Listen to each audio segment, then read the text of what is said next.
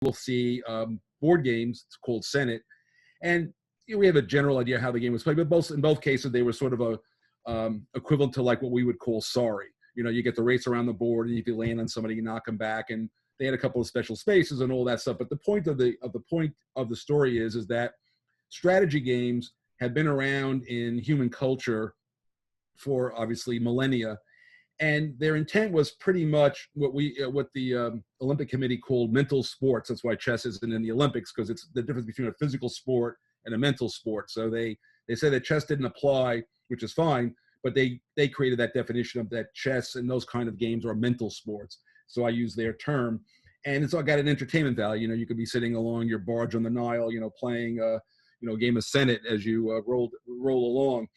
But chess, which is sort of the beginning of what I call a military-themed game, strategy game, first arises around northern India with the Mughals around 550 AD. And we actually have a picture of a chess board and people playing it in a Persian manuscript from 600 AD. So that's a pretty old game. But even that was probably more of a mind sport, because it's hard to see what the training tactical benefit would have been from a game of chess, although there may have been some general one early on. And maybe it was that they had some kind of, professional war game for moving pieces around like you would see in like a movie. But that they then sort of pulled it from there. It's just unknown. But the point is, chess, it goes back to then. And when you think about the purpose of a entertainment mental sport game and the Prussian Kriegspiel, the difference is that the purpose of a Kriegspiel, which is war game in German, is for training. It's physically for training, looking at evaluating terrain, staff rides, the staff function, more the leadership area. And again, they use things that are not used in a strategy game. They have hidden movement, they have real terrain, they have chain of command issues, things that you would not see normally in a traditional ancient strategy game. So let me sort of define what we're talking about with what I would call a modern commercial manual historical war game. And I used a lot of words here, the word commercial. I want to be clear, it's manual, does not require a computer, and it is historical because as Pacific War, which is a game I did back in 1985, which is about a detailed simulation of the war in the Pacific in World War II, is not Star Wars. Star Wars is, there are many Star Wars games, by the way, that is a war game. You've all seen the movies, but it has no historical basis, obviously. It comes from the rich imagination of its creators. But so I'm not talking about those kind of war games. I'm talking about historical war games that are based on sort of trying to bring the verisimilitude of history forward into the game. They're physical. They have pieces, and any computer versions that I've seen are really just emulations of the board game in software. So you're basically, if you play the computer version, for the most part, it's going to have the exact identical rules as you would find in the board game. And of course, board games are notorious for having detailed rule sets that regulate play. 20 pages is probably a norm. I have certainly exceeded that in some of my games. Pacific War, in fact, has about 56 pages of pretty detailed instructions. And there is a couple of games that even exceed 100 pages, like World at War or Advanced Squad Leader as such. Now, the advantage of the manual game is the rules, you could see the grammatical, the bugs, I'll call them, the contradictions in the rules or a sentence is unclear. Whereas if you're playing a computer game, if there's a bug in the code, I don't mean a catastrophic bug that crashes the program, but if it was calculating something wrong, it would remain undiscovered. In fact, recently, one of my games, a game called Fort Sumter, was implemented in a computer by Playdeck. And the first version that went out, I was playing it, and I was saying, this thing is not playing very well. And I sent the note off. This is after it's already been distributed. I sent the note off to the developer, and he looked at it and said, "Oh," and he had to change a true to a false, and then it played correctly again. So again, only I who had played the game and tested it knew something was wrong, whereas everybody online was going, it's really easy to beat because it was playing badly. And as soon as we turned that one feature back on, it played a lot better. But again, the bug was not obvious when you're reading, reading the written word, you can see errors more readily. And so as a point is that when you play a commercial war game, one of the big advantages is that you as the player are manipulating the simulation. And so it's totally transparent to you. You learn sort of what the simulation is valuing versus something else. I remember a very long time ago, I was brought in to in DoD, and I was handed a project where they gave me a copy, or thankfully it was a translated copy of a Soviet war game. And they wanted to know, as a professional game designer, what was it saying? And so I went through it in great detail. And you got to remember, this is a long, long time ago. And one of the key findings was that the Soviets had this thing called an Mi-24 Hind helicopter, which you've seen in movies forever. But this is when those things were just barely being fielded by the Soviets. And one of my conclusions was that they are putting a great deal of stock based on the rules in the game and the values they assign to it. They said they think this is very, very important to them. And so they value it very highly just based on the methodology and the simulation, which I had read. And so, again, understanding the details of a simulation allows you to evaluate what the designer or the people who created it value and their assumptions about things. And so even getting this war game manual from then actually still current adversary, you could start to understand how they thought about the problem through the numbers and the simulations that they were creating. So let's now look at the other side of the equation that we were supposed to talk about, professional DoD wargaming. So first of all, I wanted to say, I'm going to give you a list, and I'm going to talk to this a little bit because I think this is the heart of what happens in DoD wargaming that I've been experienced with. However, I want to be clear, this list does not include any form of troop or live fire exercise. That's another whole kind of war games. If you ever saw the old movie Dirty Dozen, where you actually have soldiers running around and maneuvering, and that has a different set of purposes. It's more of a training and command and coordination function. I'm not going to speak about any of that. So here are a bunch of categories. I actually sat down and tried to figure out what were the different categories of things that I've actually done wargaming for. So first one is what I call a budget planning exercise. Now, if you think that war is a violent act of destruction, you really got to look at when the different services, the Army, Navy, Air Force, Marine Corps, get into a war game situation around budgets and around the idea of roles and missions. In other words, who does what? Because who does what determines who gets what money.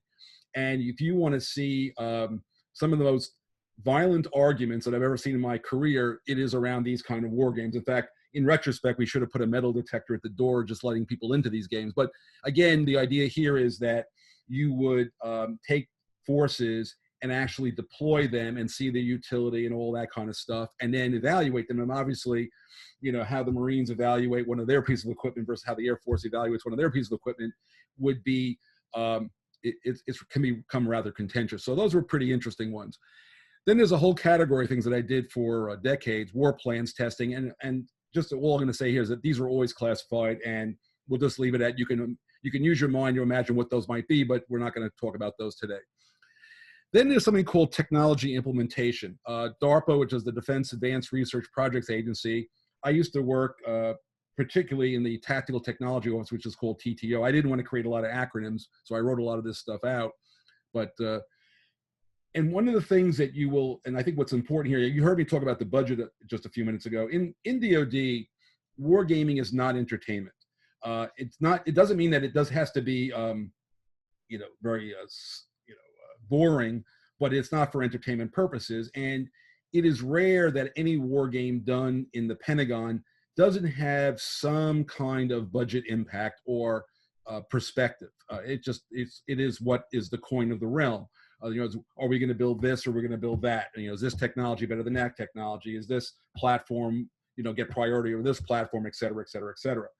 So I will describe something very briefly, but it's important to understand how these kinds of games run. So when the Congress gives money to the U.S. military budget, there are two forms of money. There's what they call research and development money, R&D money, and there's what they call O&M, which is operations and maintenance money. And O&M money is the vast majority of the money, like 85% of the budget Could be more or a little bit less, depending. I haven't looked at the budget in a couple of years, but effectively it's about 85%. And operations and maintenance, because remember the basic issue for the U.S. military is to train, maintain, and equip. So this is the money that they pay the soldiers with. This is what they pay for TRICARE with. This is what they buy gas and they buy weapons and all those things that comes out of the O&M budget.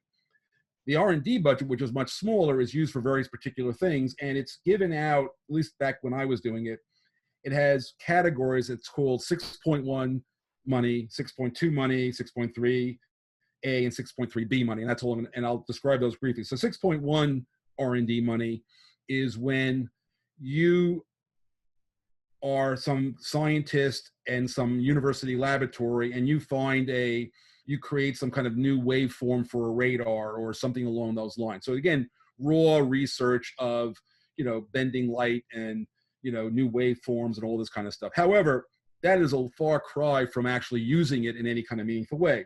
So 6.2 money is I'm going to take that technology and I'm going to do something with it. So to give you an example, at the Army Research Laboratory, they had gotten a radar that was a foliage penetrating radar. But because nobody had ever done the basic science, what they literally did was they put in, there's a parking lot behind ARL, and behind that parking lot, there was a line of trees and some, a little bit of a field, and they literally dragged a tank, an APC, a piece of artillery, just a bunch of large metal military objects behind this copse of trees. And then they took this radar, they built a version of this radar, and they put it on wheels, and it had a robot, and it just went back and forth across the roof of ARL, left back and forth all day long, 24/7, taking radar images of those military vehicles that it was pointed directly at across this parking lot. And of course, as we all know, in Maryland, which is where it is, you have seasons. So in the wintertime, it's taking pictures of the military vehicles while there's no leaves on them. And then the spring comes and now you have leaves, and then you get the summer and so on and so forth. So they were able to gather a year's worth of images of this radar working through different kind of foliages at different times of year, at different temperatures, and all that kind of scientific stuff. So 6.2 is taking that laboratory piece, turning it into something and seeing how, and actually doing the real science of how it operates and what it can do and what it can't do, et cetera, et cetera. So I did all that to get to this thing called 6.3A. 6.3A and 6.3B is where you start to actually make something.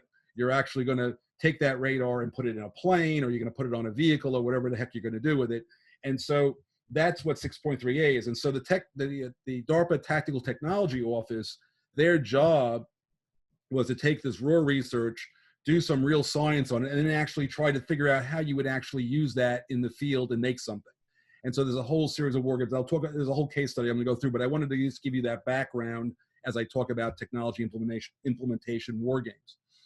Then there's interagency coordination. Now, the good example is non-combatant evacuation. So as you are well aware, at various times in the world, American citizens are sitting in some country and there's a coup d'etat, or there's Ebola, or there's whatever, there's something that perturbs the stability of that region.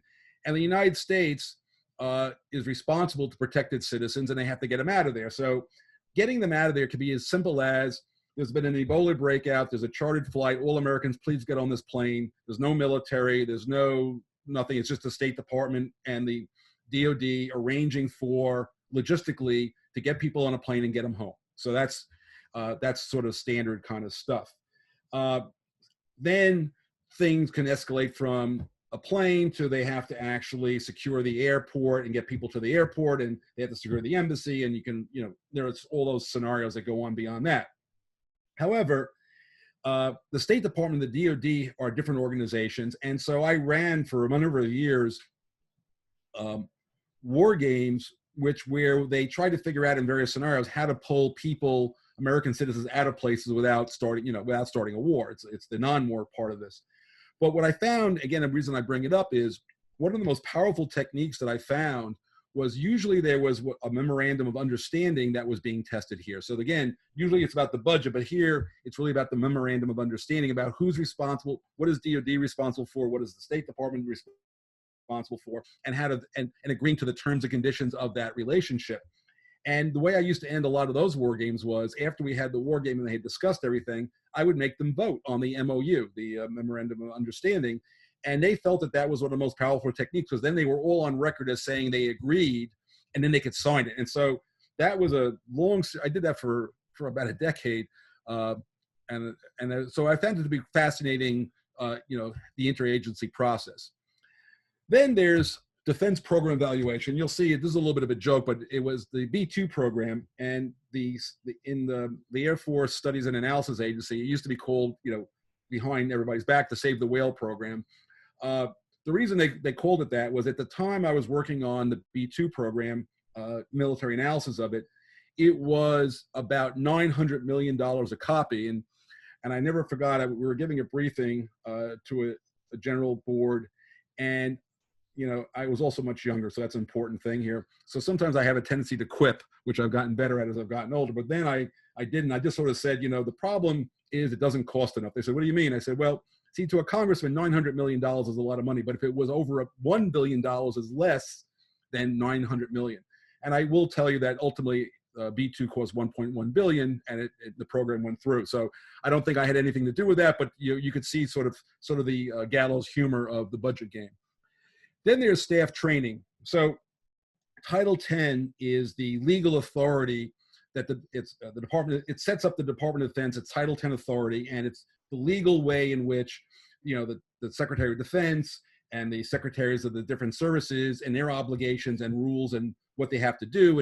And when I got my graduate degree long ago, I actually had to read the thing, and it is, you know, it's like this thick, and it's got a lot of rules. Now, there's also, and so it'll say, you know, the Secretary of Defense shall, you know, give the Congress once a year report on this, that, or the other thing. And there's a lot of those in there, and it gets changed all the time.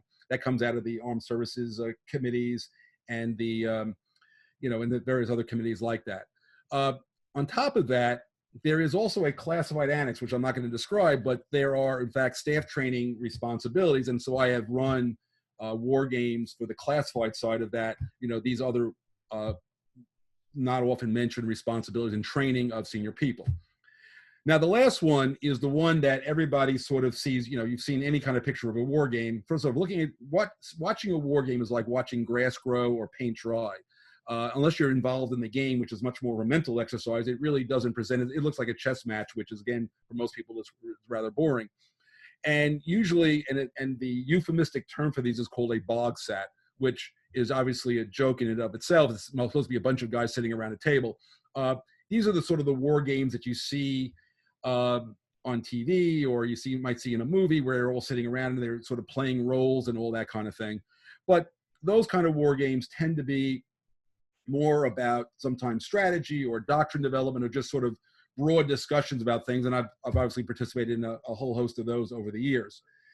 Now, what I find about all these kind of games is that the common element is that you tend to have elements of these different kinds running in parallel. So for example, and this is called DOMS, but it was the Deep Attack Weapon Study. And I'm going to come back to this one a few times when I talk about modeling and simulation and such. But DOMS was a situation where they were trying to develop and sell and budget for a large category of like long-range attack weapons, mostly missiles of various kinds. I don't go into the different ones, but you can imagine what a long-range missile is in a kind of a conflict scenario.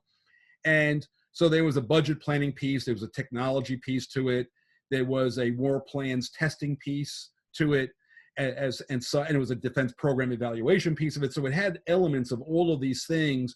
So again, it's these war games tend not. The point is these war games tend not to be pure exercises.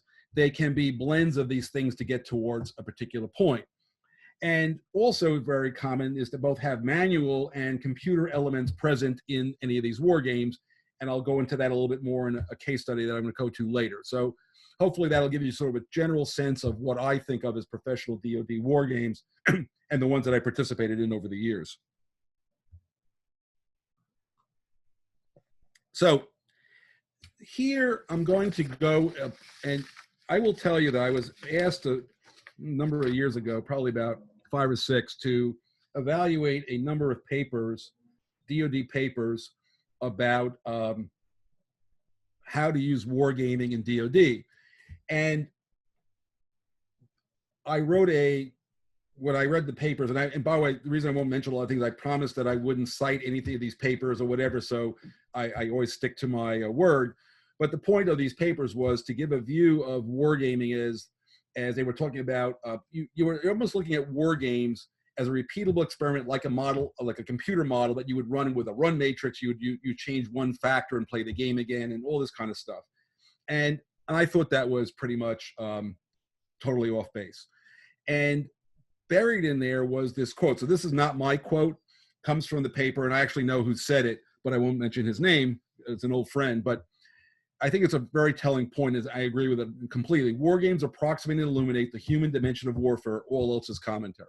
So war games are about how you understand the human process. So to give you an example, I'll talk about this example a little bit later on. There was a program called Star Wars, and President Reagan did it in 1983, and I'll talk a little bit more detail later on that. But the point of the story is that they envisioned this, I don't remember, it was 23, 26, 30 battle stars that would, orbit the world, and you always would have a number of these battle stars in position so that if the Soviet Union launched, a big missile strike against the United States, these lasers in space would shoot down all the missiles and save us. The question, so you could build a computer simulation, and people were building detailed computer simulation. Engineers and various scientists and weapons developers were all building these very complex models, and had these 30, how many battle stars should there be, and all this kind of thing. So that is what I call the technical side of a weapon system. But my old mentor and client, Andrew Marshall, he said to me, I understand that if we get these 26, battle stars up and it works perfectly, and he of course had a way of snickering when he would say something like that. But if this whole work perfectly, and we could test all that, he said, but what happens when the United States launches the first one? We put the first battle, you couldn't launch all 26 overnight. You couldn't build them that fast. And so you would deploy this system over, could be years. And his question was, okay, we put the first one in space. What do the Soviets do? Are they just going to go, oh, they wave at it? Do they cheer, or do they try to destroy it? Or does it create more tension and instability in the world? And so the point is that it was the human piece of this thing that he was concerned about, not whether the weapon system worked. We didn't evaluate that, but we looked at, and I'll cover this later, we were looking at what happens when the first one goes up, what happens. Because once they let the first one up, or the second one up, or the third one up, they're going to let the other 25 or 26 of them up there. But after the first one, that's when you're going to see something. Before it really works is when they're going to react to it in some manner. And so what I basically think of as war games and modeling and simulation, which is a big piece of DoD gaming and analysis, is war games are more about anthropology, the human dimension of warfare, the human behavior in a conflict situation. It's not about mathematics. And as I was joking, the patron saint would be Jane Goodall versus James Clerk Maxwell. And so I think that is a fundamental piece of how I look at DoD wargaming versus the more detailed computer simulations and all that kind of thing. And I would also offer that you'll always see in a wargame report that the players had insights. And so what I would like to offer as my definition of an insight is somebody in a war game gets new information they did not have before. They learn about the problem, they see the depth of the problem, and based on that experience, they start to analyze and produce a view of the problem, which is their insight. So in other words, an insight is a human experiential piece of data that creates new opinion and new ways to think about the problem, and that is what an insight is. And so now, having talked about manual games and what they're good for, let me talk about hitting this button. Okay, so modeling and simulation. So this is really the realm of, operations research. It's the realm of computer simulations. And so just as a brief history, first off, when I came into the business, computers were the size of a Volkswagen. They were tape drive, big those. It's like the stuff out of if you saw Hidden Figures. It's that kind of computer system with punch cards and all this kind of stuff. This is how we used to program them. And the first places where I saw this kind of stuff used was in what they call the PSYOP, which is the Strategic Integrated Operations Plan, which is basically how how you would fire lots of nuclear weapons at the Soviet Union. And also the US Navy used a kind of a programming language called COBOL, which is still used a lot in utilities, by the way, for air defense simulations. So early stuff in modeling simulation tended to be around missiles because there was a lot of, the rocket age, and these were new weapons, and they had the simulators and all that kind of stuff. The first computer simulation that I ever built was in 1976 at the BDM Corporation, which stands for Braddock, Dunn and McDonald, which has subsequently been absorbed by some other larger firm. And I just had to have an unusual experience. There was a guy named General Depew who happened to be the former head of TRADOC, where I got my military education. He fought with Patton in World War II. So he supplied the subject matter expertise. There was an old colleague named Tim Hone. He was the programmer. We had a PC, nothing, looked like a standard PC with a monitor sitting on top of it, but it cost about $15,000, and I think it had 8K of RAM. So just to see what the difference in price and capability was. And it was done in advanced basic, and we built this war game program, et cetera, et cetera. One of the interesting things that I found in that period of time is that computer war games, their reach exceeded their grasp. Basically, the people who wanted them to do all these cool things, this is the stuff, by the way, which is standard today. I mean, building what you see, what you can get in a war game app of some kind, or computer simulation, that is the stuff that they dreamed of back in this time period. But they were always trying. So to give an example, I had developed something called the SAS, which was the Strategic Analysis Simulation. And the National Defense University, which is at Fort McNair, National Defense University comprises the Industrial College of the Armed Forces, the ICAF, and the War College. And that whole thing is the National Defense University. And they wanted to run a big, basically they wanted to put all of their students from both colleges through World War III. And they wanted to use this manual game. And the interesting thing was, so that first manual game is, imagine we had 34, I believe, separate teams, red and blue, fighting out a war all across the rooms in the university. And so they could communicate, we brought in a National Guard company, and just like you see in the World War II movies, we all had field phones. And the way we communicated during this manual war game across this university was, the place was strung with wire, we used field phones. So the next year, they wanted to do it again. And we got a new, the colonel that we worked with the first time had moved on to, I think he got an armor brigade or something. And then they gave us another colonel, very smart guy. He was a little bit more IT savvy, and he wanted to computerize the whole thing. And he wanted to do it very rapidly. And we were able to, we actually brought down the Northern Virginia phone lines trying to access the servers, and the whole game collapsed on its own weight. The technology just wasn't there. And so one year we had a very big success using field phones and pieces on a board. The next year we tried to use the big old computers of the day, and we collapsed the public switch network in Northern Virginia. So again, the technology wasn't up to it. And as I also learned at that period, the riskiest things you can imagine in modeling simulation is doing anything on budget and on schedule with computer software. It just doesn't work. And I learned that lesson a long, long time ago. So again, modeling simulation was there to bring sort of take the opinion out of it. And so when you look at these two philosophies, what you find in the DoD is there's a friction point between the manual war games that they do run and what they're good for, and these models and simulations that they spend a lot of money on, by the way. And again, that friction and even understanding what they're both good for. And so you now see what I think. It was that manual games are an anthropological human dimension experiment, not really repeatable, but very useful. And on the other side, you have, simulations that run computers, and you can change a variable and see how it comes out and all that kind of stuff. And so that's my perspective on the differences by how wargaming is done in the Pentagon. So now I'd like to talk about a case study, which I promised earlier. So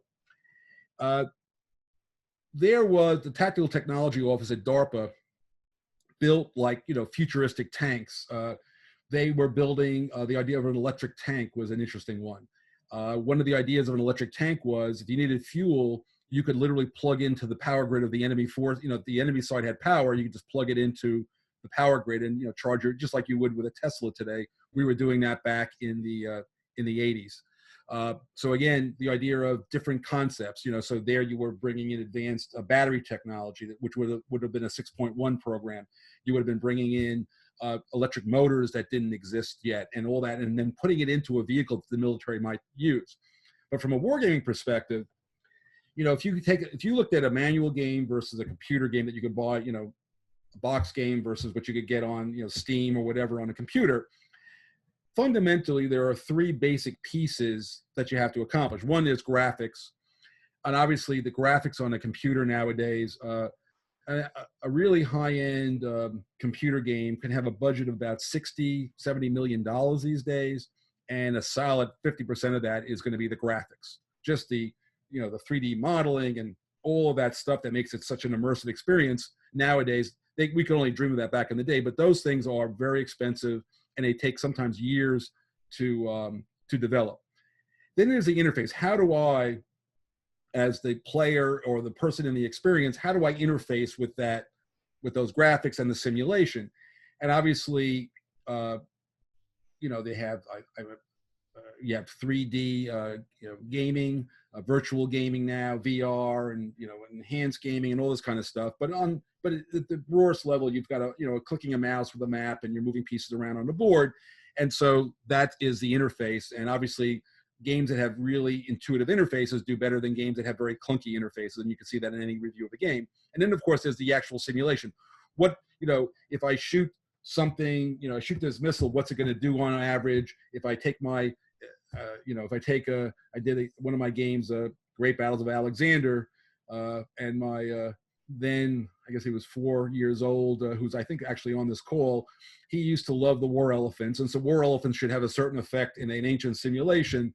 And he loved using the war elephants. But again, how your expectation of when I do something, what's going to happen is the simulation. Now, when it came to technology, of course, technology, the first thing you think of is, well, I'm going to use the most advanced computer simulations and all that kind of stuff. The problem is that you're kind of making sausage when you're making a new weapon system. And so early in the development, we found that I was using a manual game. It was one I actually had done for the commercial world called Mech War 2. And Mech War 2 was a very deep armor simulation, you know, individual vehicles and all this kind of jazz.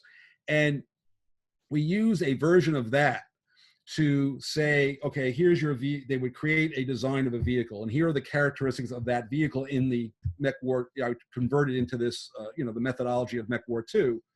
But because, you know, 120 millimeter, you know, smoothbore gun is well understood technology, and of course, over in Maryland, in Aberdeen, you have the Ballistics Research Laboratory and also the AMSA. And those two organizations do all the classified modeling for the DoD. And so they actually take real guns and they shoot them and they take, you know, all the scientific measurements. So we would use real scientific engineering level models to do the sort of the shooting piece, but we use the manual simulation to do all of the other things. And why? Well, graphics is I could get a map. I get a map of a piece of terrain from the Defense Mapping Agency. That takes 2 minutes. The interface is hand-eye coordination. So I don't have to build this elaborate computer thing. And the simulation was both the manual simulation, movement rules and such. And then I had real simulations for shooting things and what that kind of damage that would actually do. And so we could run a simulation of a situation with the technologists and the operators. They'd run the thing through. They go, you know what? I wish this thing had better range on this sensor, or I wish the radio worked better, or I wish this. And then we would literally change numbers in real time, reconfigure the, you know, talk about the, you know, the technology would reconfigure the design, what was possible based on power and all these kind of things. And then boom, right back in, we'd play it again. And so that was something where we could kind of build it, use it, build it again. Whereas with a computer, that would have taken, you know, every time you wanted to modify a number, that would have been a couple of weeks, if not longer, and cost. And so the manual simulation was actually the most robust platform. We did that for, you know, basically a decade, did that kind of gaming in DARPA, which is, of course, the most advanced place of technology in the United States. So now I'm just going to go through a couple of historical games and sort of talk about why games get held and that experience. So I was in this period, I had done this strategic analysis simulation, which basically was a manual game that lets you, had a map of the world. It was a polar projection equal area map, because what you don't realize in a nuclear war is that the Soviet Union and the United States are very close to each other over the North Pole. So when you do a regular Mercator map, it looks like the Soviet Union's far away, but in reality, we're very, very close to them right over the Arctic, which is a topic for another day. Almost all of these were done during the Reagan administration. And so all this stuff is now, it's been in my book, it's all unclassified, so I can talk about this stuff now. I've done at least 50 plus games like this. And the first one I'm gonna talk about is enduring deterrence, which is a term that a lot of people don't even know about, thank God. But somebody very senior felt, can the US fight and win a nuclear war? Now, your first reaction should be, you gotta be kidding me. Well, the answer is when you work in the Pentagon, there are good and bad ideas generated on a daily basis. And you can't just sort of use who can yell loudest as being the way in which something does or doesn't happen. And so there was a series of games where I ran that we looked at that particular issue, and I'll talk about the findings in a moment. Then, of course, I alluded to this one earlier, strategic defenses. I'm going to get into that one. How does strategic defense change the strategic nuclear calculus? And then proliferation. Under what conditions might a U.S. ally become a nuclear power? So these are three examples of games that were run during the Reagan years that I think are relevant to this topic. So let me just kind of give you, this is a little bit of an eye chart, but we'll go through it quickly. Enduring deterrence, there was a series of war games, and what you would expect is if there's a nuclear exchange in that period of time, between the Soviet Union and the United States, about 100 million Americans, and remember the population of the US then was under 300 million. So basically, 40, 50% of the United States is killed in about a 24-hour period, which is crazy. In fact, I once was talking to the director of FEMA when he was in the war game, and at that time, and he said he was arguing with me. Well, we weren't really arguing, but we were discussing and disagreeing about, he thought the casualty would only be 80 million. I said they were 100 million. And I looked at him, I said, does it really matter? He said, no, it really doesn't. And then when you look at it subsequently, the collapse of the infrastructure and service, just look what's happening with this virus. These infrastructure and services that we have can be very fragile. So after a nuclear exchange, they're all gone. And then you have another 100 million casualties. So basically, out of 280 million Americans, at least 200 million are gone in a very short period of time. The other 80 aren't doing so well. And so at the end of the day, I think it was safe to say it was very hard to quantify victory. And thankfully, in about a 6-month period, this all went away. Thank goodness. So there was enduring deterrence. So again, here's a war game being used to vet an idea long before it was ever released and found to be not such a good idea. So a good thing. Then, of course, on a separate one, March 23rd, 1983. Now, President Reagan said something that was, I think, very profound in his own way. He said, as President of the United States, we had a doctrine at the time called mutually assured destruction. And he said, for me to defend the people of the United States by ensuring that if they are all killed, I could kill all the people on the other side is unethical. I mean, that was his basic point. He said, that is not a palatable way to look at the problem. And he felt we needed to build defenses. And just to give you a sort of a general metric, in that period, the Soviets had about 15,000 warheads of varying sizes, delivery systems and all that, bombs and all that. And without defenses, the Soviets could basically do what happened in the enduring deterrence games with about a third of that inventory. So they use 5,000 warheads. There's no more United States, and they still have 10,000 warheads left. So that's why it was hard to quantify victory, because there was a lot more where that came from. So once Reagan gave this speech, right away people had what they created this leakage metric. Basically, what they were saying is that if you're going to defend the United States, and even one missile gets through and hits a major U.S. city, you're talking about millions of casualties right there in the bat. And so they were trying to create a perfect system that would stop everything, literally a force field over the United States. The reality of that is that even then the GDP of the United States times 10 couldn't have created that system, and it wouldn't have worked anyway. And so it was sort of a lot of debate, and there was a thing called the SDI initiative. It was an office, but it was the initiative, I think they called it at that time.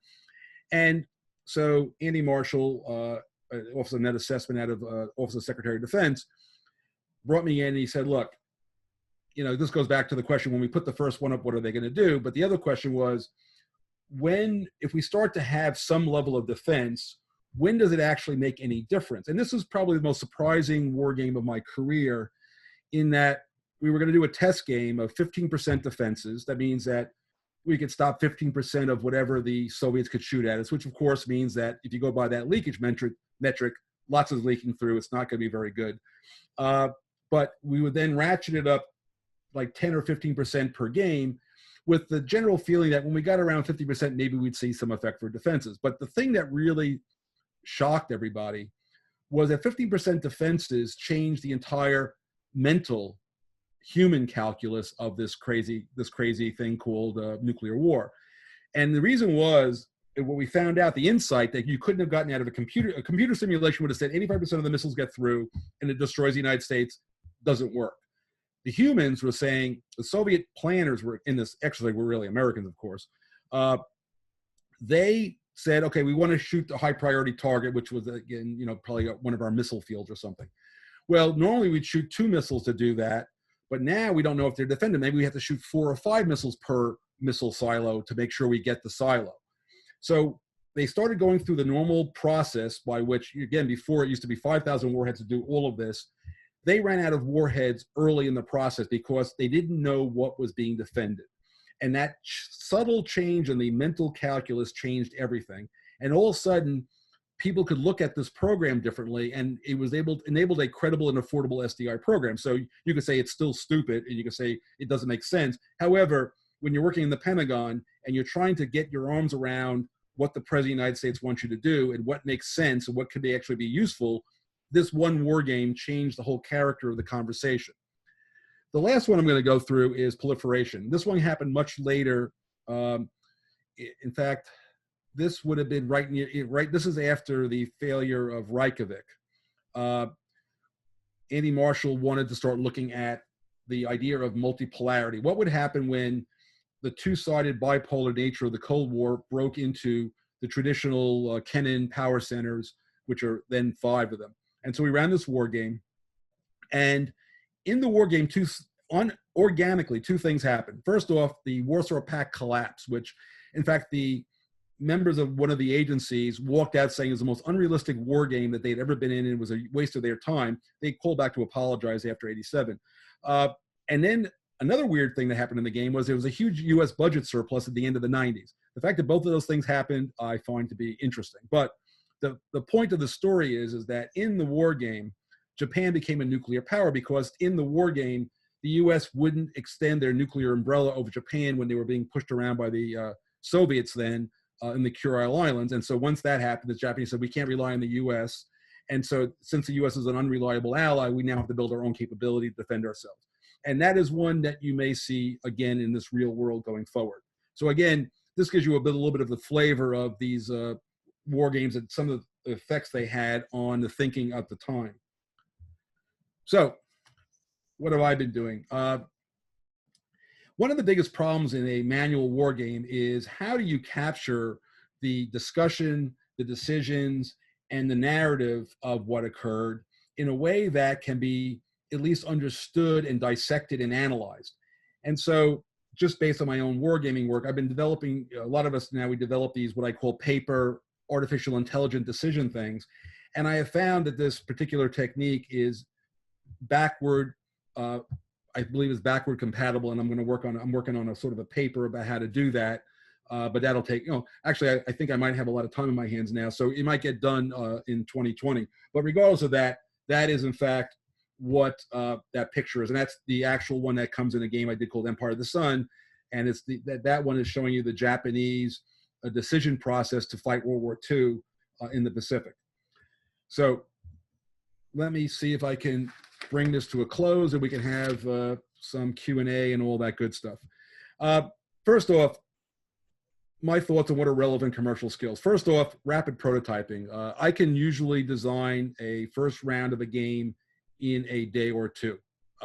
That's something I learned from my old mentor, Jim Dunnigan, back in my days at Simulations Publications Incorporated. The fastest thing to do is make something, put something on paper, look at it, hate it, rip it up, and do another one. And so that is a sort of a common commercial designer skill that I have used my whole career. Also, the ability to rapidly modify. So in the Gulf War, in the early hours of the Gulf War, I actually took a game I had done, Gulf Strike, back in 1983, modified it for the invasion of Kuwait was actually still ongoing when we played the first war game of what the U.S. should do in the war, and I delivered that report less than a day after the invasion started. And that's also cataloged quite well in the book I wrote. If you're trying to build a computer simulation, this is kind of common practice actually in the commercial video game field. And what that is if you build a war game, a manual game with these 100 pages of rules or 20 pages of rules or 56 pages, or whatever the number of pages, but this detailed set of rules that runs the game, basically you've created a very good design document for a computer implementation. So that's another one. Another one which is not commonly understood is designers, we run tournaments. We put a new game out, and I yearly basis, I probably run a dozen tournaments a year. And one of the unusual skills of running a tournament is you got to get people organized. There's different scenarios. They have rules questions. There are problems. You got to get them organized. You got to figure out who won. Got to keep score. All that kind of stuff. And that is not unlike running a series of war games. And so that overall skill set of just running tournaments has turned out to be quite an interesting skill from the commercial side. And the last one is this manual artificial intelligence, because right now everybody, somebody's going to plunk down $60, $70 worth of for a game. They want to know that they can learn it or they can play it, and if they can't get an opponent, what do? And they don't want to spend the money. So these solitaire things have become sort of standard now in the commercial wargaming space. Challenges. When you get into a war game, you're getting professional military officers or professional civil servants or whatever, and they have a day job, and they've been thrown into this war game. And so training them and getting them to interact and understand what they're supposed to do is not a simple thing to do. And it's very more difficult. They have no interest to be there. So again, huge challenge when you're trying to run a DoD war game with manual things, not computers. Because again, the military as a general view, the computer will handle all the work. And the answer is yes, but then you have to accept the black box. And again, it's this misplaced belief that the computer simulation is better. I could tell you a million war stories, but one time we were evaluating a simulation that was being used in the DOM study, and they were supposed to look at the impact on command control. And we ran a couple of experiments where we literally said one side has 100% command control, the other one has 0, flipped it around, and it had no effect on the simulation whatsoever. And so they were dials and levers, but they were idiot dials and levers as far as we could tell. So again, trusting that the computer is able to do what you're asking it to do is not something you should just assume. And again, it's also difficult to sometimes integrate the simulation with the manual processes. And so sometimes it's done well, sometimes it's done poorly, but in general, that's sort of the general thing. So with that, I conclude my remarks. I hope I haven't put everybody to sleep, and I turn it back over to you, Sebastian. Thanks, Mark. We'll start the Q&A session now. I apologize for some of the technical difficulties that people are having with Zoom. I already put in a ticket with Zoom. Now we'll start the questions. I'll start at the beginning with James Halstead's question. Well, wait, if you hear anything in the background, I apologize. It's 7 o'clock and live from New York. Everybody claps and makes noise. You've seen it on the news, but this is it happening in real time here. Go ahead. So the first question is from James Halstead. He said, in regard to your DARPA games, what are the dangers of hidden biases finding their way into these sort of games and skewing the results? Are there any methodologies to offset these risks? Well, I think the reality is that everybody in the game was a subject matter expert. So if somebody said that this battery, I never forgot there was, so an RDEC is a research development engineering command, and in northern Georgia, there's one of them, the Army has their missile one. And I remember somebody putting forward in the game, in one of these games, they were going to shoot this sticky foam on a missile and fire it at, the enemy military column, and this gunk was going to hit the ground, the tank's going to run into it, they all get stuck to the ground like super glue. And so all of a sudden, this engineer scientist pulls out a calculator. He goes, how big is the missile? How much of this stuff, how does it compress? And pretty much he said, okay, this missile would have to be the size of the Empire State Building. It's stupid. So the answer is that science and engineering have rules And so by making sure that there's multiple people in the room who understand what those rules, you know, the real rules of the world are and how they actually work, you avoid those problems to a greater, you know, scientists are sort of laying out real facts and, you know, real equations. And I think a lot of that just wasn't a big issue. Now, also, this is just a design spec, not the actual vehicle. We're not testing the vehicle. We're just trying to figure out what would the vehicle even look like. And so that would then have to be turned into, you know, prototypes and all that. So there's a whole process here, but initially it's just the rules of engineering and science and physics is what applies. So the next question is from Rex Bryan. What techniques do you use in professional games to assure that game players behave like real actors, despite the fact that game conditions like time pressures, organizational context, actual human costs of game actions, and etc. are very different? You're exactly right, whoever asked that question. The biggest failing of a war game is taking a U.S. naval officer and saying, oh, by the way, you're now a Soviet naval officer, doesn't make you a Soviet naval officer. Andy Marshall used to believe, and I still believe this also, is that the most important decision you make in a war game is who comes and who's got the skill set to actually add value. And one of the things I used to tell people in all of my war games is the home team usually loses. The reason the home team usually loses is because everybody in the team is American, especially when they're classified.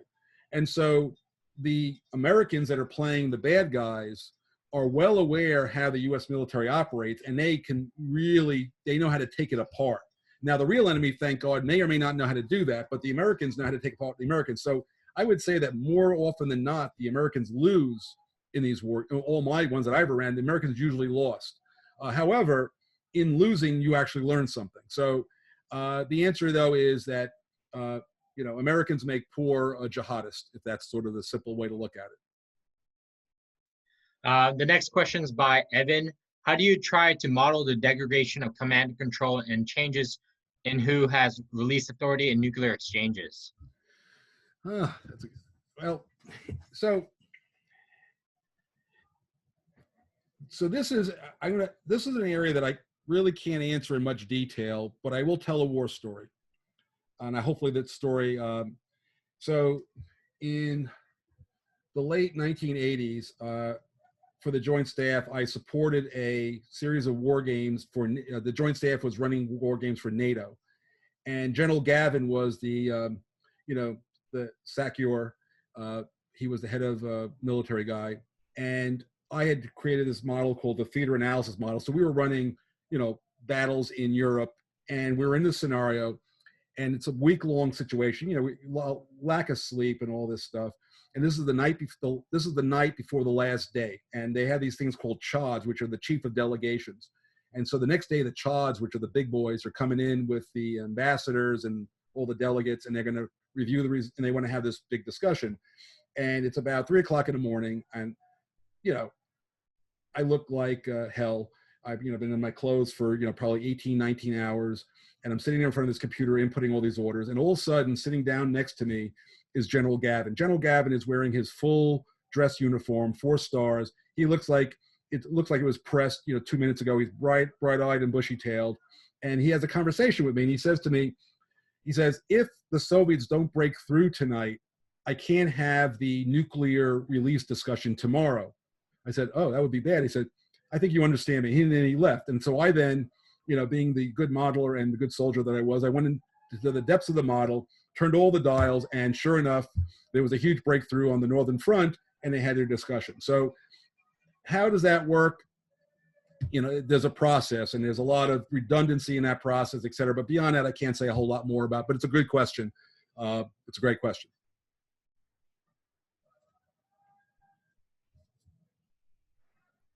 Did I lose you, Sebastian? Sorry. To also iterate on Evan's question is there's some work out of the Hoover Institute, the Naval War College, and DITRA, and other think tanks that are looking at command and control in terms of nuclear exchanges. Those may be some resources you may want to look into. Next question is by Daniel Gomez. From Mark's presentation, I gather that wargaming is very heavily reliant on mathematical processes. i.e. ones and zeros, yes and no's, if-then statements. Are there war games that deal with nuances, dynamics of humans where they can be completely unpredictable? Is that more of a gamified discussion of what if than a war game? No, if I gave that impression, I think that a well-run war game will bring forward the nuance. I was once asked to run a war game looking at command control in a host country context. So imagine you've got, in reality, the ambassador is the head of mission, and all U.S. military and other, USAID and everybody, they all report to the ambassador if things are being done correctly, and of course all the agencies. And the game was about, why doesn't that work? How come that doesn't work that well? And so we ran a war game, and I created one very simple rule, that everybody in the war game represented their agency. And by the way, the people in the games all represented their agencies. And we had two layers. We had the people in country, and we had the people in Washington. And the only rule that I put in the game on command control was, if you work for an agency or a military, before you told the ambassador everything, you had to first tell your chain of command into Washington. And then whatever Washington told you to tell the ambassador is what you would tell them. And basically we got total chaos, and the whole thing broke down. And there was no zeros and ones anywhere in that conversation, but it was very human behavior like, and it really illuminated the problem with, why do we have difficulty sometimes coordinating, is that your career is driven by your chain of command, not by how well you cooperate with the ambassador during a situation. So I believe that, there is plenty of nuance if it's well done. And again, there was no zeros and ones in the entire process. The next question is by Enrico. Have you ever been involved in starting a wargaming culture for institutions that aren't used to wargaming? How do you get the buy-in necessary for them to be involved fully and get the full benefit of wargaming? I mean, I come out of an industry where it wasn't very hard to get a culture of wargaming, so that's all we did. I think I did it at the company that I used to work for. I brought this technology and this thing into the company, and I created a group because we were successful at being able to do it. And if you're able to do it, somebody's willing to let you do it, and they pay you for it. And so, when you come at it from that perspective, we were very successful and created quite a large group of people doing the modeling, simulation, and wargaming group at Booz Allen. When I handed it over, I think had close to 2,000 people working in all these areas. So yeah, that's the only place I ever created that culture, but I never did it within the DoD other than as a consultant. Also, to interject myself a little bit more here, to answer that question a little bit more from my own experience, starting wargaming in the Marine Corps, like in the line units and other institutions, even here at Georgetown, my suggestion is the whole crawl, walk, run. Is the idea is to get everyone sort of involved and easy to understand why appeal war games, and then slowly amp up the difficulty and the ambition and the complexity.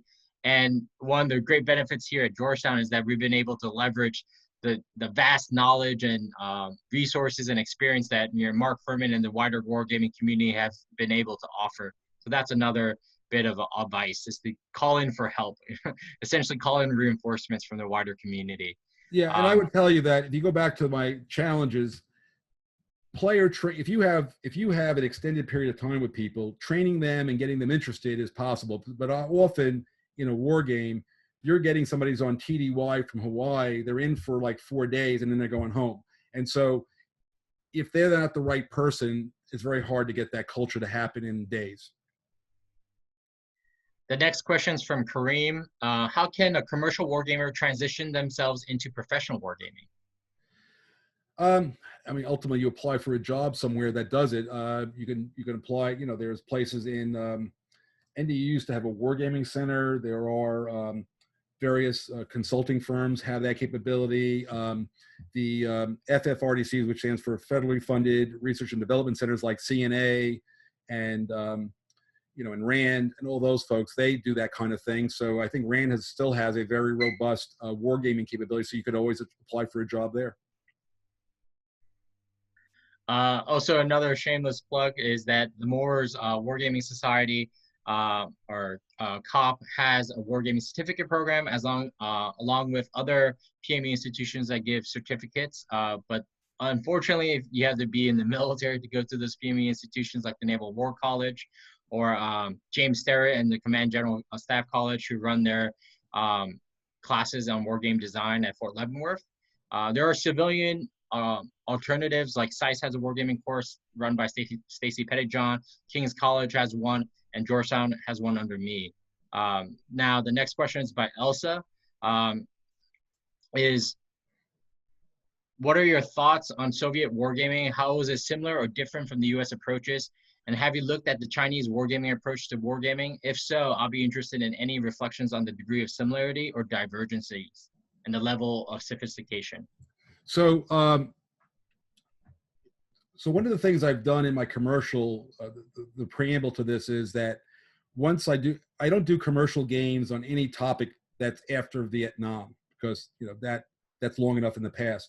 So when it comes to the Chinese piece, I'm going to be silent. But on the Soviet piece, what I found, and this was one of the big findings overall, is that the Soviets had a very rigid command control, and they used to use these nomograms. In other words, they were using their war games to train people, say, here's a situation, evaluate it using these tables. They were very sophisticated, numerical tables, and then do this. Now, whether doing that was the right thing to do or not, if you didn't do that and it didn't work, you might be in in the kind of trouble where they put you up against the wall and shoot you.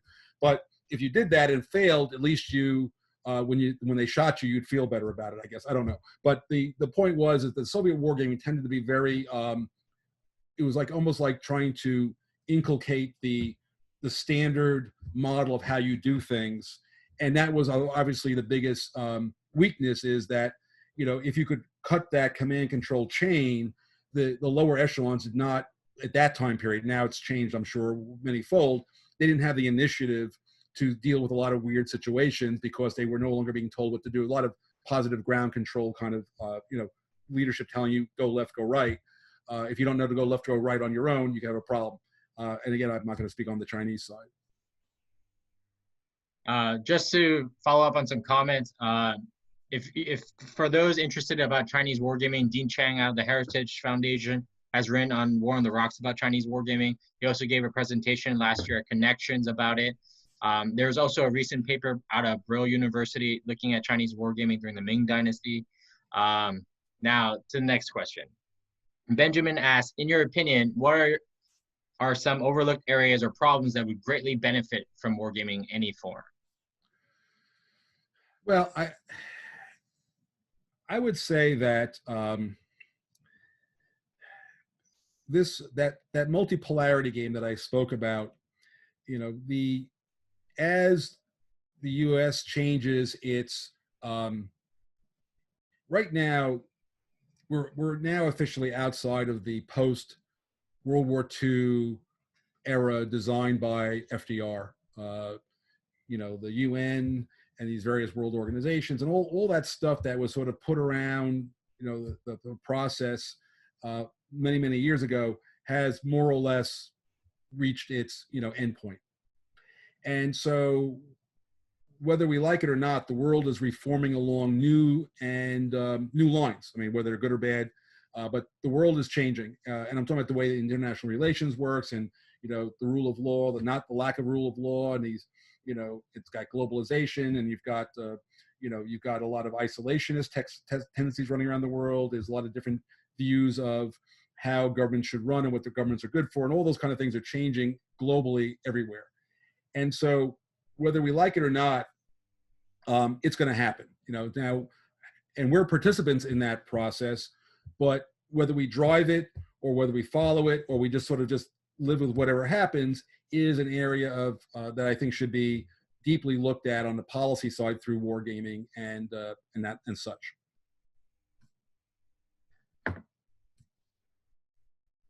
So the next question is by Philip. Are you aware of AI players dominating human players in categories of war games you discuss? I'll ask that one question first. He has a couple. Are you asking, well, first off, I've never seen AI used in a manual war game, so I guess the answer is no. Um, Other than the commercial ones, not in the DoD ones. and he says, can you discuss research and adversarial AI in wargaming? No, I'm sorry. It's just not an area of expertise of mine. You got to remember, I'm 65. You know, what's going on in the world of AI, I know a little bit about it, but I certainly wouldn't pretend to know the answer to that question. I'll ask this question anyway, but I'll sort of answer it myself. Are you aware of any efforts to integrate cyber, capture the flag, or CTFs, or technical adversary tournaments into multi-dimensional war games? So yes, there are efforts among various think tanks and contractors who do this, capture the flag for cyber war games. And you can talk to me about it and we'll talk offline about it. So what are the biggest current or future challenges you see in wargaming practice, Mark? I think that what I mentioned on my second to last chart, I think that the ability of people who were not at a war game to consume and understand what happened in the war game in a way that they could distill and be useful, I think goes back to this idea of being able to diagram the decision process and what happened and how, you know, cause and effect of decisions, which I think is done now just basically in prose and with some maps once in a while. I think there needs to be a more robust way of doing that, and that goes back to these, you know, what I don't want to use the word artificial intelligence. In fact, the one that I showed on this Empire of the Sun, I did another one for another war game called Pericles on ancient warfare, and some reviewers were playing it, you know, with themselves anyway, using this solitaire system that I built. And I said, how did the game go? And the guy says, oh, the AI bot won, they call it. And I said, oh, you know, the AI bot is me. And he goes, so then you won the game. So, you know, so the AI is not AI. It's just me extrapolating my knowledge of the game into a set of tables. The trick to me is, how do I take somebody extemporaneously experiencing a war game and then re-extracting that set of tables out of their discussion and thinking would be the trick to me. I'm going to convert Christopher's comment into a question in the sense about everyone in blue, red, and the different cells all work for white cell, which is responsible for meeting the objectives of the game. So can you talk more about the interpersonal dynamics or group dynamics that happen during a war game when you're actually running it? Oh, you mean when I'm actually like the game director running a game? Yes. So,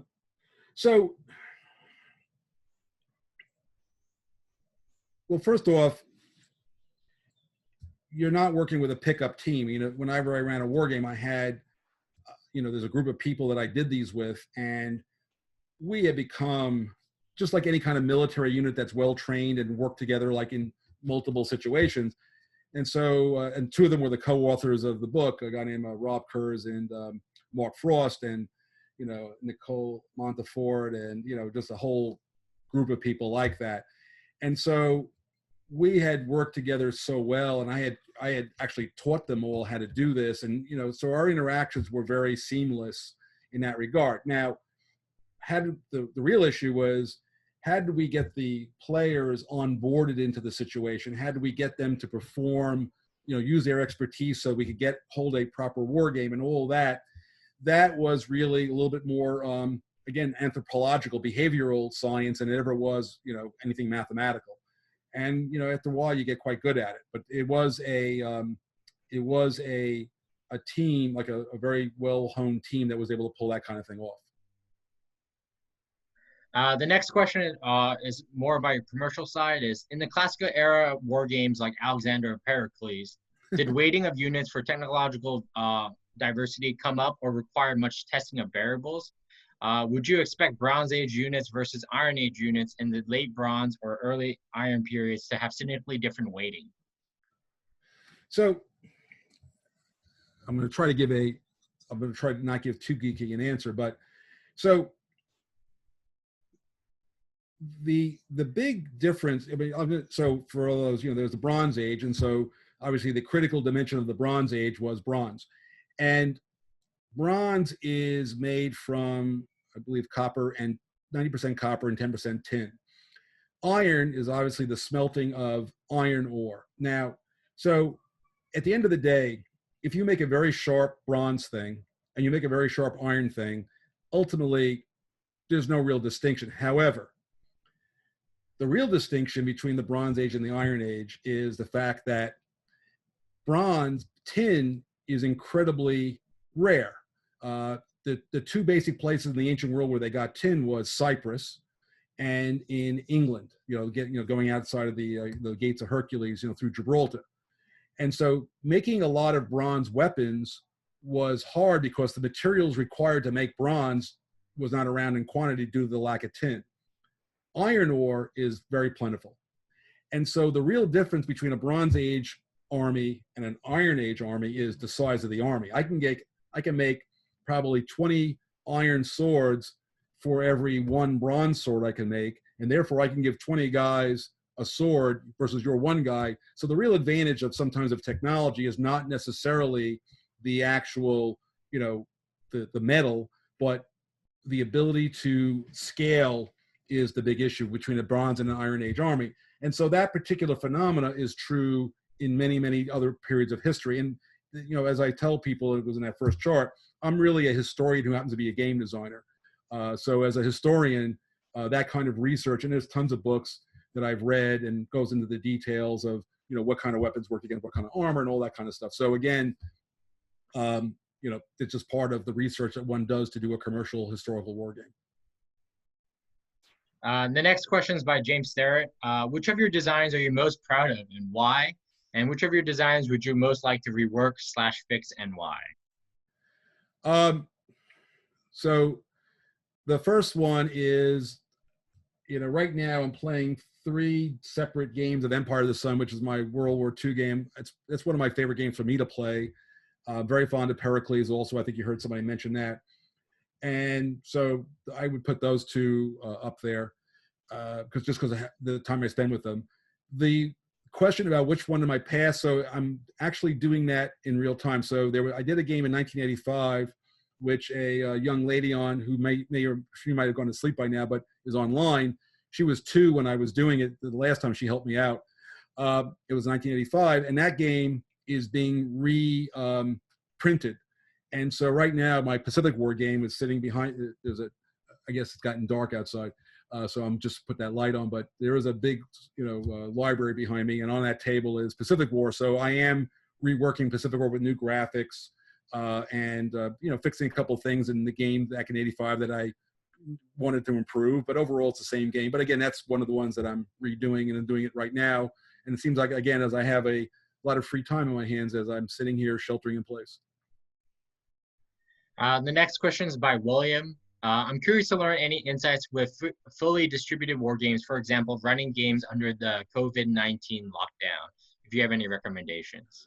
Yeah, so one of the things, I do a lot of personal gaming, and so there is a freeware called Vassal, Vassal, like you'd be a vassal to the king or some kind of thing. And if you go to vassal.engine.org, I think it is, but you can find it online if you look it up. And it's freeware, and because it isn't, it's system agnostic, so you can run it on a Mac and you can run it on a Windows machine. And the manufacturers for many, many years have game modules. So, the game module for Empire of the Sun is using the exact artwork that's in the published game. And so it's gorgeous. And the guy who did all the programming of it, again, you're not playing against a computer, but it's a thing that I can go online and we can host a real-time session. So what I've been doing in these distributed games is I've been playing in 4 and 5 player games is we use Skype for the audio, so we use a little bit of video, but it's mostly the audio. And then on another computer, or even on the same computer, if you're facile with that, you have up the board that we're playing on. Everybody's locked on. So every time I move a piece on the board, everybody sees the move. So today's Thursday. Yeah. So yesterday at 1 o'clock, I have a regular game. There's 2 guys in Germany, good friends of mine. My other friend is in Jersey. My other friend is in Kentucky. So the 5 of us have been playing every Wednesday from 11 to 1, a 5-player game. And we use Vassal and we use this audio. And we've been doing it now regularly for, this is about 5-6 weeks now. So that's how we do it in the commercial side. Other options also include like tabletop simulator. There are other emulators and simulators for board games. Like there's a whole slew of websites that that do commercial games like Frederick or D&D. But in terms of like, if you want to do Yucatan is another one that everybody likes. Yeah, but if you want to do it professionally, a lot of, in my experience, a lot of people have been using Teams, Zoom, and other like video conference systems to try to do it either by PowerPoint, camera, like just using a camera to live stream the tabletop map with various degrees of success, if that helps. The next question is by Hector. What are your recommendations in regards to wargaming or entering wargaming with entry or mid-level military experience with minimal education? I'm not sure I got the whole question. I mean, how do I take somebody who's not a war gamer and make them into one, or how do I just introduce people? Is that what the question was? I think the question is, how does like someone in the military, in the entry or mid-level career, sort of craft themselves into a war gamer, I guess? Oh, I mean, you know, what I have found is any intelligent person with desire can learn any war game of any level of complexity if they want to. So, for instance, there's a guy I've been dealing with on, you know, nicely. I mean, not dealing with in a bad way, but he was a, you know, he played more of a lighter kind of strategy games, and he picked up Empire of the Sun to his first war game, which is like a advanced, very advanced war game. You know, he had a few stumbles, but he seems to be doing real well right now. So again, it's just, I find it's more, what I find it's not the game as much as the topic. So if somebody was coming in and said, I really would like to make myself into a war gamer, I'd like to get interested and see what it's about. First question I always ask is, what is the most interesting topic to you in this area? I mean, do you like modern stuff? Do you like World War II? Do you like Civil War, or whatever it is? Once you find the topic where there was already a natural interest, they read books or whatever, you know, they watch movies or whatever it was. I think if you start with the topic, you can find a game that can match the topic. The topic interest will keep them going because they'll see things they know in the simulation or the war game. Whereas if it's a topic they don't really know much about, you're both fighting the new technology and you're fighting the topic. So I would try to fix one of those two things. Because they don't know the technology, go for the topic first, and then I think the rest will follow. There are also great books that you can read online. Peter Pericles' book, Art of Wargaming, is the Bible of our field. Phil Saban's book on simulating war is another book I use for my course. There's another annotated book called Analog Design, which is great. But also one of the comments would be like, wargaming is just one of those skill sets you learn by doing. And I'm sure everyone else who has designed games will tell you that you don't really know how to do it until you put it down onto the paper and you start designing games of your own. The next question comes from I will tell you that, as I've told many people, once you've been in a war game, it's really the recipe for ice. It's just not that hard. The next question is from Doug. We're in an era in which much conflict is economic, political, and diplomatic. There are huge opportunities in these soft power areas if we can figure out how to adjudicate them. Any suggestions in that? Yeah, I would look at, what's the name of that book? It's what we call path wargaming.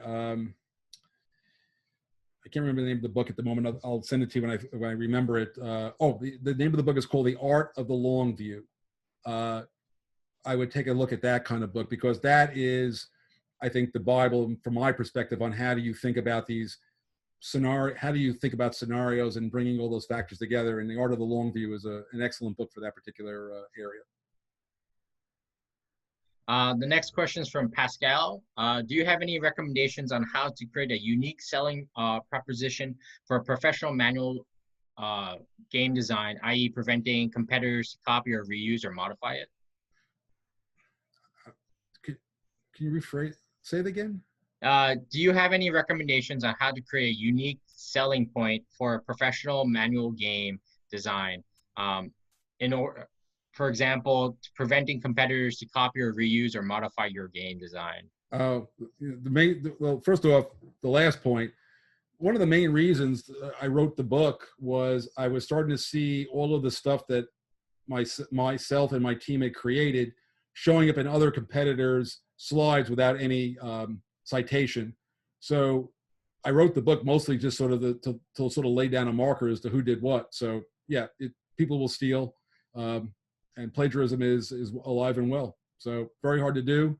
Very hard. You cannot really patent a design, although apparently a couple of military guys patented a game that's already been out on the market forever. So I suspect if it ever came down to a lawsuit, they'd lose because it was already public domain, and somehow the patent office missed that. I don't know how that works, but not my problem. But patenting has been very unsuccessful in design. Now, obviously, copying something verbatim, art or whatever, is one thing, but actually the design piece been very. It has not had a stellar legal career in winning those kind of cases. The next question comes from James. I'm part of a team working on a war game that is being redone as distributed. We're still figuring out, but I guess the main thing that's been keeping the information flowing going. It's easy to show information and collaborate and collect responses when everyone's in the room together. Now spread out over those end sites, lots of work. Do you have any comments or insights? I mean, other than what I've been doing, I mean, you know, there's so much, you know, these collaborative documents, and like, just look at this, you know, hit a Zoom button or hit Skype or go to meeting. I got another one called Discord we've been using. So it hasn't been any problem connecting to people and using collaborative game boards. So I haven't seen the problem. So I haven't had any problem with doing it in just literally what I've been doing for the last month and a half. The next question comes from Tristan. How did you arrive at the model of soft power areas in your Great Statesman series? Did your previous work with interagency games inform which issues to include and how to debate them, or was it entirely created a model to fit a historical research? It was the latter. In other words, I spent a lot of time, you know, when I did Churchill, I, you know, read about all of the different conferences. What were they talking about? You know, so I didn't, you know, it's really an extrapolation of history. And same thing with Pericles, you know, what, you know, you read Thucydides, what are they arguing about? So that's what they're talking about of note. So all those issues and all those pieces come directly from the history in all cases. I just wanted to, it's not a question, but Peter Perla highlighted ucata.de, which is an excellent source for digital online games. I mentioned that earlier. Yes, that's the big server over in somewhere in Europe, but it's a good one. Christopher Weir also asked, oh, does anyone have more information on analog design? Christopher, I'll send you an email if you just send me your email privately on this Zoom chat here.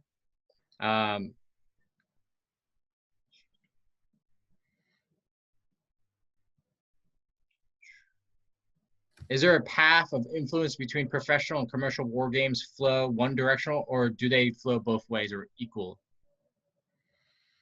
I would say that I don't know that there is a lot of flow in either direction that I'm aware of. I sort of, in some ways, I mean, I did not meet a lot of me on the DoD side. You know, anybody who was a commercial designer. I mean, my good friend Peter Perla, who I sent, is a great example of somebody else. Peter is obviously wrote this amazing book. He has worked at CNA for decades, and he obviously is a game designer of note. But there aren't a lot of Peters and me and others, so there's not many, but there are a few.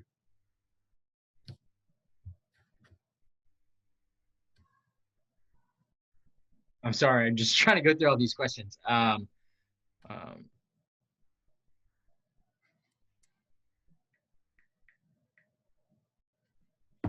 Yes, one of the questions I would like to ask is,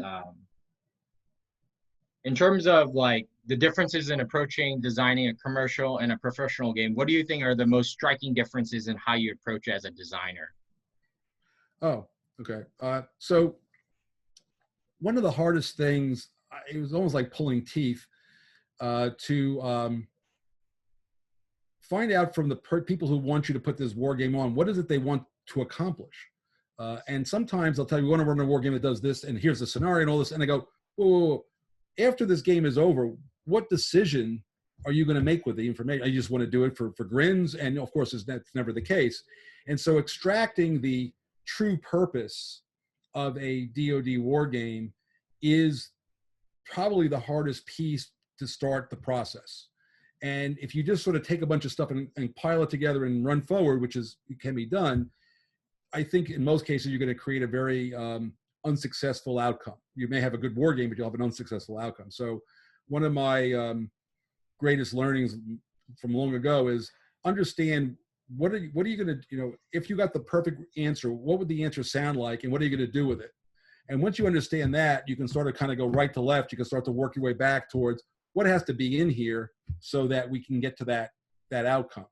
I don't mean the outcome of, blue wins or red wins. I mean the outcome where you've learned the learning that you're looking to get so that it's going to affect some other decision process. That has to be understood.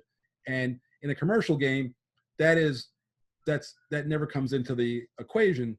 What you're trying to accomplish is whatever your design intent is, how you see the situation and the historical part and all that. But in the DoD, I think that's the big difference. And ultimately, as I said earlier in my presentation, it's rare that it doesn't have some impact on a budget decision. I mean, that's just been, not always, but often. Another question by Rob is, beyond James Dunnigan, who are your other influencers who have influenced your style and your gameplay and the games you want to design, I guess? Who are your intellectual influences?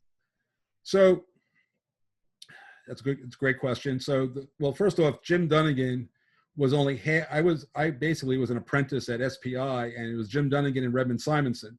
So I had sort of the two, gentlemen who had created that industry were my direct friends and mentors. I still have, obviously Redmond has passed away a number of years ago, but Jim and I still have lunch once they'll let me out of the house again. So I see Jim on a regular basis. Then there was Andy Marshall. Andy Marshall is well known. He was somebody who was much more than, a great man, and he was a big deal. And the two other people, there was a guy named Dr. Tom Rona. Dr. Tom Rona was not about designing games. He had 2 physics degrees. He used to be the assistant science advisor to President Reagan, but he helped me to hone my mathematical skills and my ability to deliver that and really tighten it down. And so I learned a great deal about how to deliver the message and how to get my thinking disciplined. I got that from Dr. Rona. And then there was Admiral Art Zabrowski, who I collaborated with on the network-centric warfare, was a creation of he and I back in the day. So again, another gentleman who has since passed away. Both of them, actually all of them, except for Jim, have passed away, but great men. And I owe them, a debt of a lifetime debt to all of them and what they were able to impart upon me. So I guess another question would be, what are those, everyone has, as a designer, these memorable experiences running a game or designing a game, whether they're good or bad. Can you share one of those with us? They're just looking for like a moment in time, or are they looking for like a game? I was just trying to understand the question. A game, or one of those aha moments, or time when a game went terribly bad. Just any of those kind of memorable moments as a designer.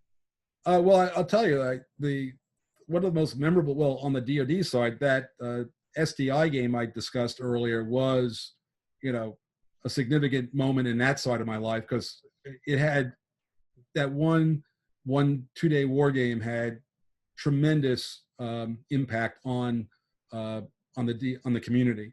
On the war game side, I guess Gulf Strike was a big deal because I'll tell a quick story. I did Gulf Strike in 1983, and one of the secondary scenarios was this Iran attacks. Iran involved in a war with Kuwait and also with Iraq. So it was that kind of scenario, and the U.S. comes to the rescue. And then, of course, Desert Storm comes along, and I use the game to do this initial war game. And then the build, so now there's this long buildup, and the news doesn't have a war to discuss. And so around September, and I was working in the Pentagon continuously at that point. I was actually working on this an integrated J8 cell, working on war plans and all that kind of stuff and analysis to support the war plans. And I get home from the Pentagon. I remember this is before cell phones, really. I had this thing in my car that was the size of a small suitcase that was a car phone, but it didn't work near the Pentagon, and it didn't work very well in general. And I get home, and there were like 4 news trucks outside the house in Maryland. And one of the interviewers was actually a Canadian TV station. And the first thing they said to me was, "So, Mr. Herman, how do you feel about making money off the blood of dead Americans?" Which was an interesting question. And so I said, "Well, I did Gulf Strike back in 1983. And he stops the camera, and he shoots through his notes, and he confirms that what I just said is true. And he goes, "Roll the camera." He goes, "Mr. Herman, how did you have the foresight to develop this brilliant game long before this incident occurred?" And the thing he said between the first take and the second take, and again, it's not on TV, he said, "Now I have to turn you from a bad word to a seer." I never forgot that particular moment. And I learned a lot about the press in that 1 second.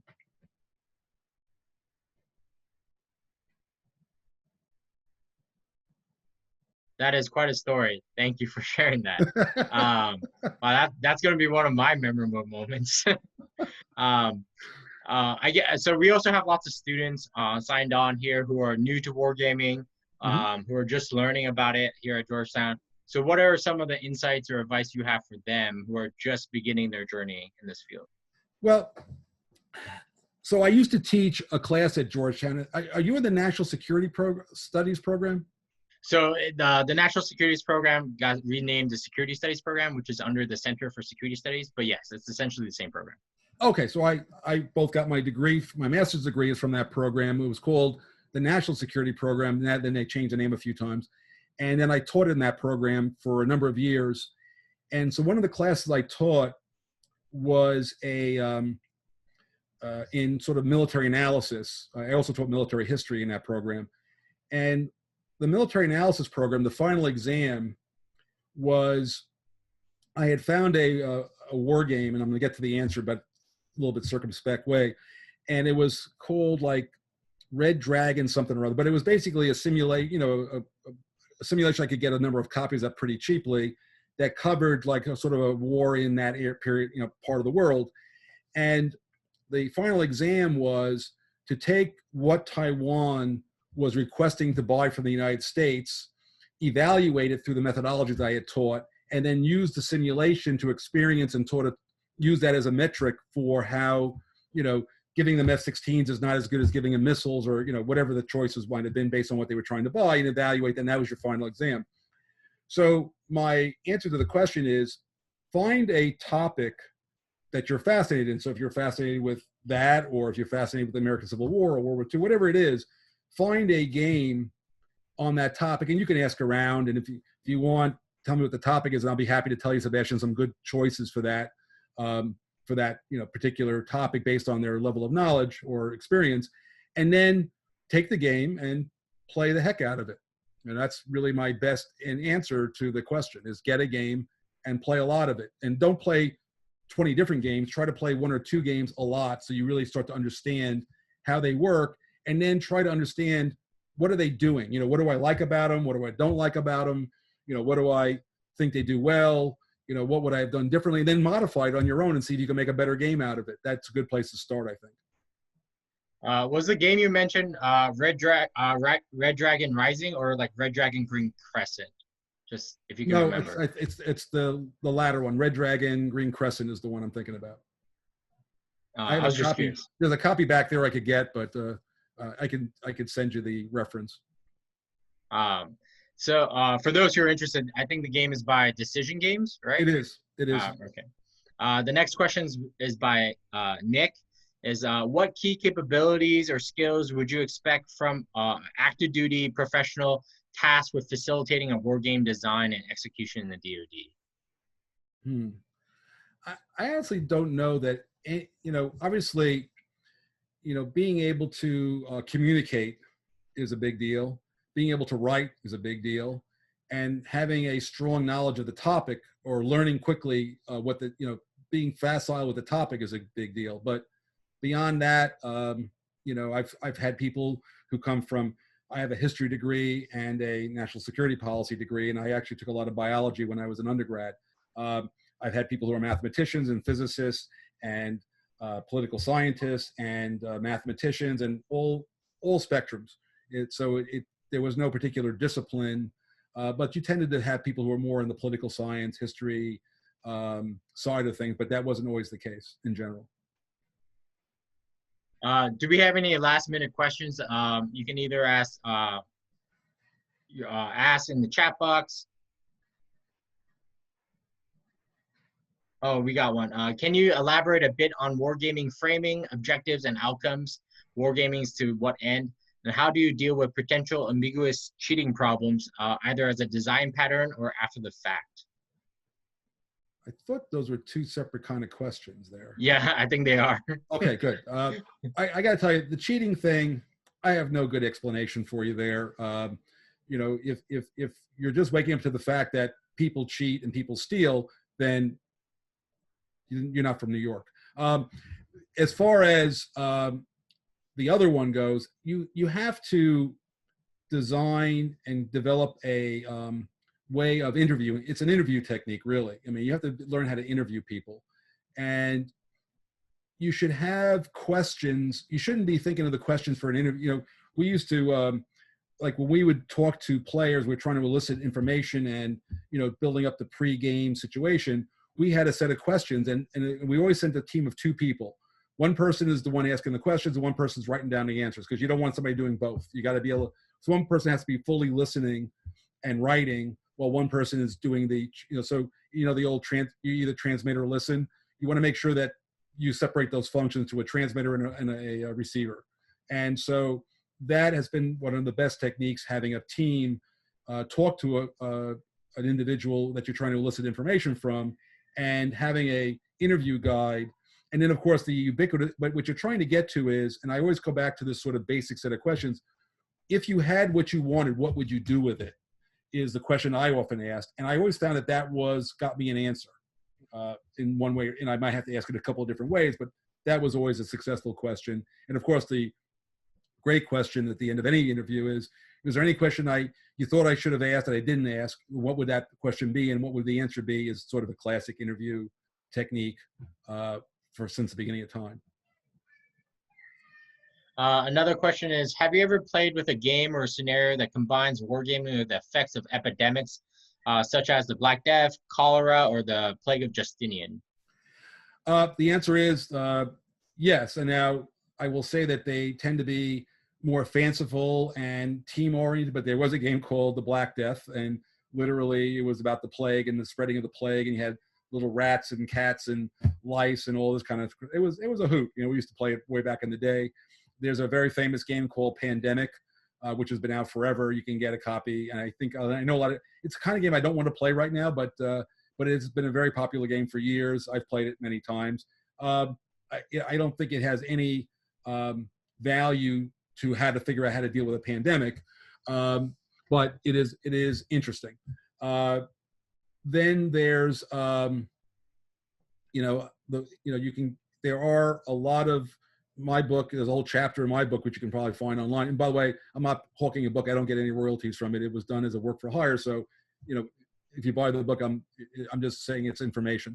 But there was I ran many pandemic war games, which were actually done with all the people you see on TV right now. They were younger, of course, so was I. And it was done back in 2006-07 timeframe. So again, we did that with the UN, the World Health Organization, and the United States, NIH and all that crowd. So there are those kind of games. You can find those. I think you can find the reports online some places.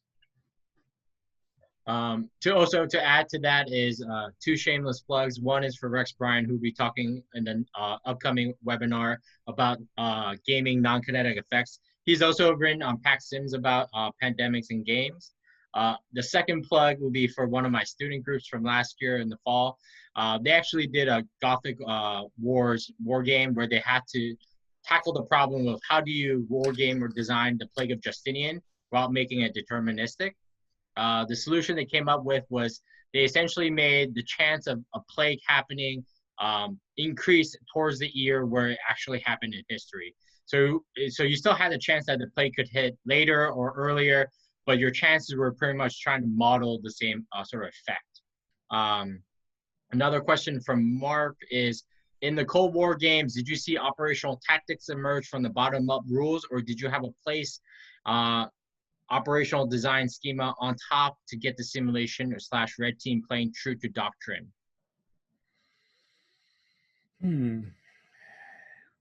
Both would have been true at various times in that period of time.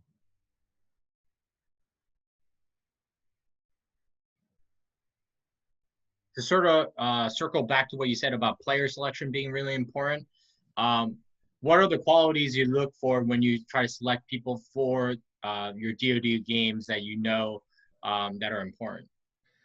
Well, I mean, the first thing is you want to get somebody who actually knows what they're talking about. And I will, you know, given that we're getting near the end here, and I always want to tell a story, and this is one where I'm the hero of the story, so why not? It's my story.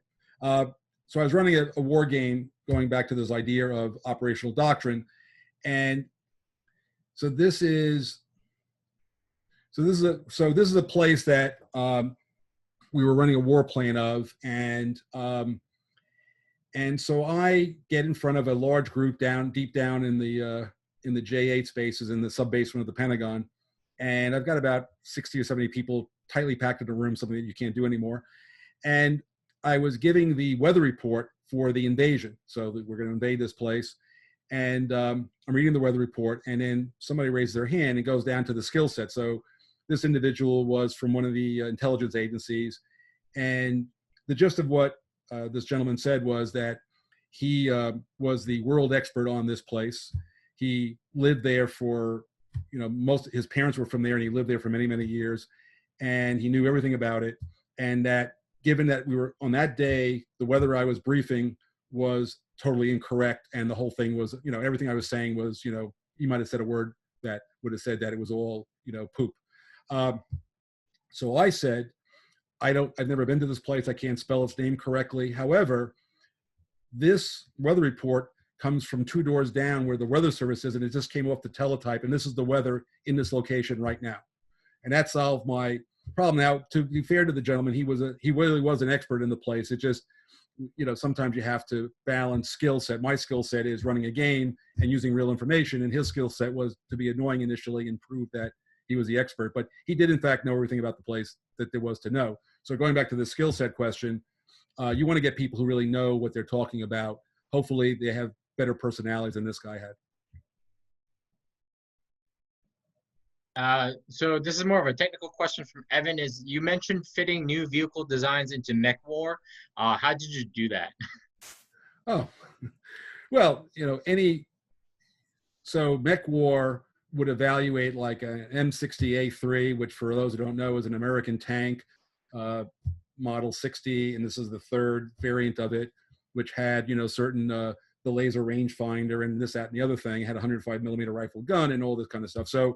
So I had weapons characteristics for, you know, range and, you know, gun and sighting systems and all that, and I had tables that lay all that out. So if you want to make a new weapon system, you know, if you wanted to give it from a laser rangefinder to some other new modern thing, we would have had a new table that would have said what that characteristic would have been in the simulation and what its values would generate at different ranges.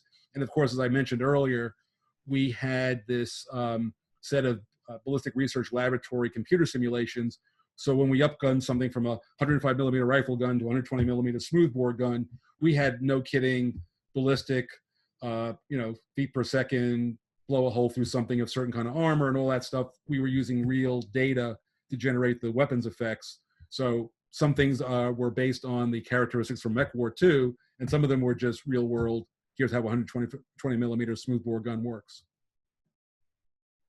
So we have a question from Peter. It says, there's a trend in commercial war games in the last decade or so to provide players agency over effects that historical leaders did not control. For example, the Gothic player being able to initiate the Justinian Plague. Do these entertainment features have a place in professional games? So I was literally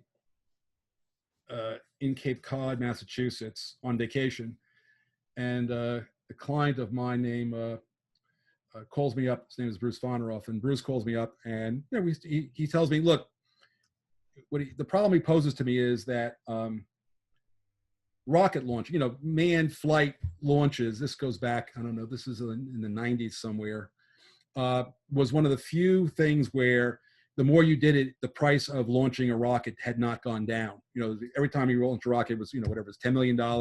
It didn't matter. We couldn't drive the cost down.